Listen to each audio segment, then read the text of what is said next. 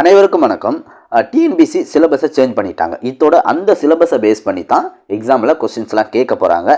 அதை பேஸ் பண்ணி நம்ம வீடியோஸ் பார்த்துட்ருக்கோம். இதுவரை முடித்த வீடியோவை கீழே டிஸ்கிரிப்ஷனில் கொடுத்துருக்கோம். நீங்கள் போய் செக் பண்ணி பார்த்துக்கலாம். ஓகேங்களா? இந்த வீடியோவில் அழகு 7 இலக்கியம் தமிழ் அறிஞர்களும் தமிழ் தொண்டும் என்ற ஒரு பகுதி கொடுத்துருப்பாங்க. அதில் இடம்பெற்றுள்ள காகித மில்லத் பற்றி தான் பார்க்க போகிறோம். இவரை பற்றி நம்ம ஒரு 15 பாயிண்ட் படித்தா போதும், முடிஞ்சிடும். ஏன்னா 15 பாயிண்ட் மட்டும்தான் புக்ஸ்லேயே இருக்குது. ஓகேங்களா? அந்த 15 பாயிண்ட்டை தான் நம்ம இந்த வீடியோவில் பார்க்க போகிறோம். ஓகேங்களா?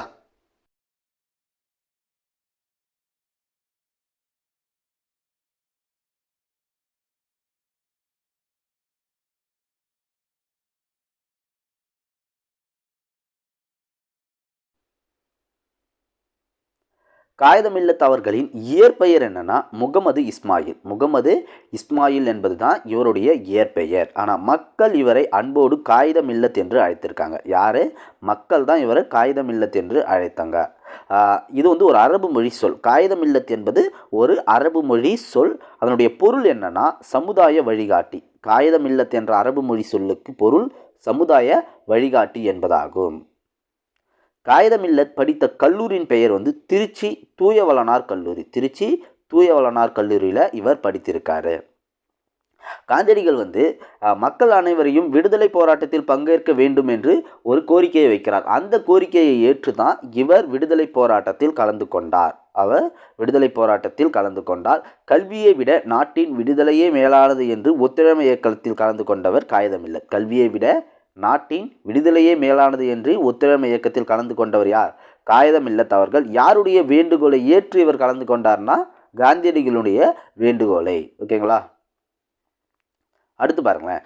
நாட்டின் ஆட்சி மொழியை, அதாவது நாடாளுமன்றத்தில் ஆட்சி மொழியாக ஒரு மொழியை தேர்வு செய்ய வேண்டும் என்று ஒரு விவாதம் நடந்தது. அந்த விவாதத்தில் தமிழ் மொழியை இந்திய நாட்டின் ஆட்சி மொழியாக்க வேண்டும் என்று உறுதியாக சொன்னவர் காகித மில்லத். ரொம்ப முக்கியமான பாயிண்ட்டுங்க. நாட்டின் ஆட்சி மொழியை தேர்வு செய்வது தொடர்பான நாடாளுமன்ற கூட்டத்தில் தமிழ் மொழியை ஆட்சி மொழியாக்க வேண்டும் என்று உறுதியாக சொன்னவர் காகித மில்லத் அவர்கள். ஓகேங்களா? இது ரொம்ப முக்கியமான பாயிண்ட்டு.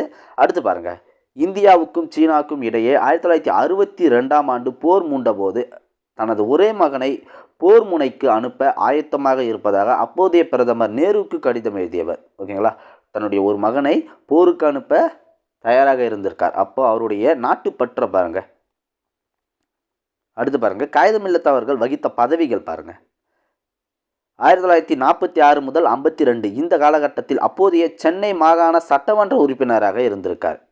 46லேருந்து 52 வரை அப்போதைய சென்னை மாகாண சட்டமன்ற உறுப்பினராக இருந்திருக்கார். இந்திய அரசியலமைப்பு உருவாக்க குழு உறுப்பினராக இருந்திருக்காரு. இந்திய விடுதலை பெற்ற பின் மாநிலங்களவை உறுப்பினராகவும் இருந்திருக்காரு. மக்களவை உறுப்பினராகவும் இருந்திருக்காரு. ஓகேங்களா? 46லேருந்து 52 வரை சென்னை மாகாண சட்டமன்ற உறுப்பினராக இருந்திருக்காரு.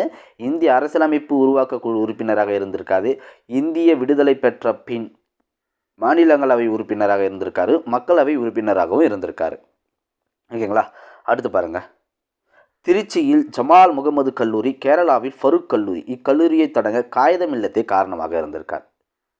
திருச்சியில் ஜமால் முகமது கல்லூரி, கேரளாவில் ஃபருக் கல்லூரி தொடங்க காரணமாக இருந்தவர் காகித மில்லத் அவர்கள். அடுத்து பாருங்க. காகித மில்லத் அவர்கள் இந்திய நாட்டில் உள்ள கனிம வளங்களை பற்றி நாடாளுமன்றத்தில் எடுத்துரைத்திருக்கார். கனிம வளங்களை பற்றி நாடாளுமன்றத்தில் பேசியிருக்கார். இதனால் இந்திய அரசு வளங்களை பயன்படுத்தும் பல்வேறு திட்டங்களை நடைமுறைப்படுத்தியிருக்கு. கனிம வளங்களை பற்றிய பல்வேறு திட்டங்களை நடைமுறைப்படுத்தியிருக்கு. ஓகேங்களா? காகித மில்லத் எளிமையாக வாழ்ந்திருக்கார். வாழ்ங்காலத்தில் மிகவும் எளிமையாக வாழ்ந்திருக்காருக்கு. அதற்கு நிறைய சான்றுகள் கொடுத்திருக்காரு பாருங்களேன். இவர் பொது நிகழ்ச்சியில் கலந்து கொள்வதற்காக தனி மகிழுந்து, அதாவது கார் பயன்படுத்த மாட்டாராம். பொது போக்குவரத்து, ட்ரெயின், பஸ் போன்ற பொது போக்குவரத்துகளை இவர் பயன்படுத்தியிருக்காரு. ஓகேங்களா? அடுத்து தான் சார்ந்த இயக்கத்தின் சார்பாக அவருக்கு ஒரு மகிழ்வுந்து, ஒரு கார் கொடுத்துருக்காங்க. அதே போல் பெருந்தொகையும் பரிசாக கொடுத்துருக்காங்க. இதை தான் தொடங்கி வைத்த கல்லூரியின் பயன்பாட்டிற்கு கொடுத்துருக்காரு. தான் தொடங்கிய கல்லூரிக்கு கொடுத்துருக்காரு. ஓகேங்களா? அடுத்து பாருங்க. எவ்வித ஆடம்பரம் இல்லாமல் மிக எளிமையாக தன் மகனின் திருமணத்தை நடத்தியிருக்காரு. மனக்கொடை பெறாமல், வரதட்சணை பெறாமலேயே மகனுடைய திருமணத்தை நடத்தி முடித்திருக்காரு.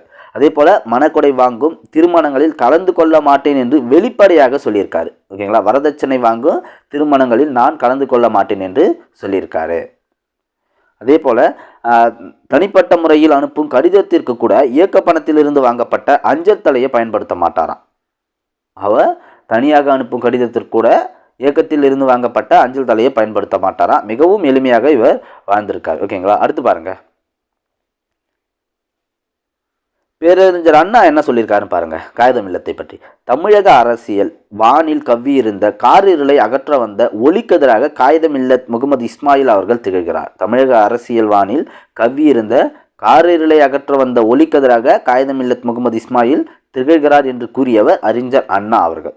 அடுத்து பாருங்க, தந்தை பெரியார் என்ன சொல்லியிருக்காரு பாருங்க. இப்படிப்பட்ட தலைவர் கிடைப்பது அரிது, அவர் நல்ல உத்தமமான மனிதர் என்று பெரியார் புகழ்ந்திருக்கார். இப்படிப்பட்ட தலைவர் கிடைப்பது அரிது, அவர் நல்ல உத்தமமான மனிதர் என்று தந்தை பெரியார் காகிதம் இல்லத்தை புகழ்ந்திருக்கார். ஓகேங்களா. அவ்வளோதான் நண்பர்களே, இவரை பற்றி நம்ம முழுமையாக பார்த்து முடித்து விட்டோம். நன்றி.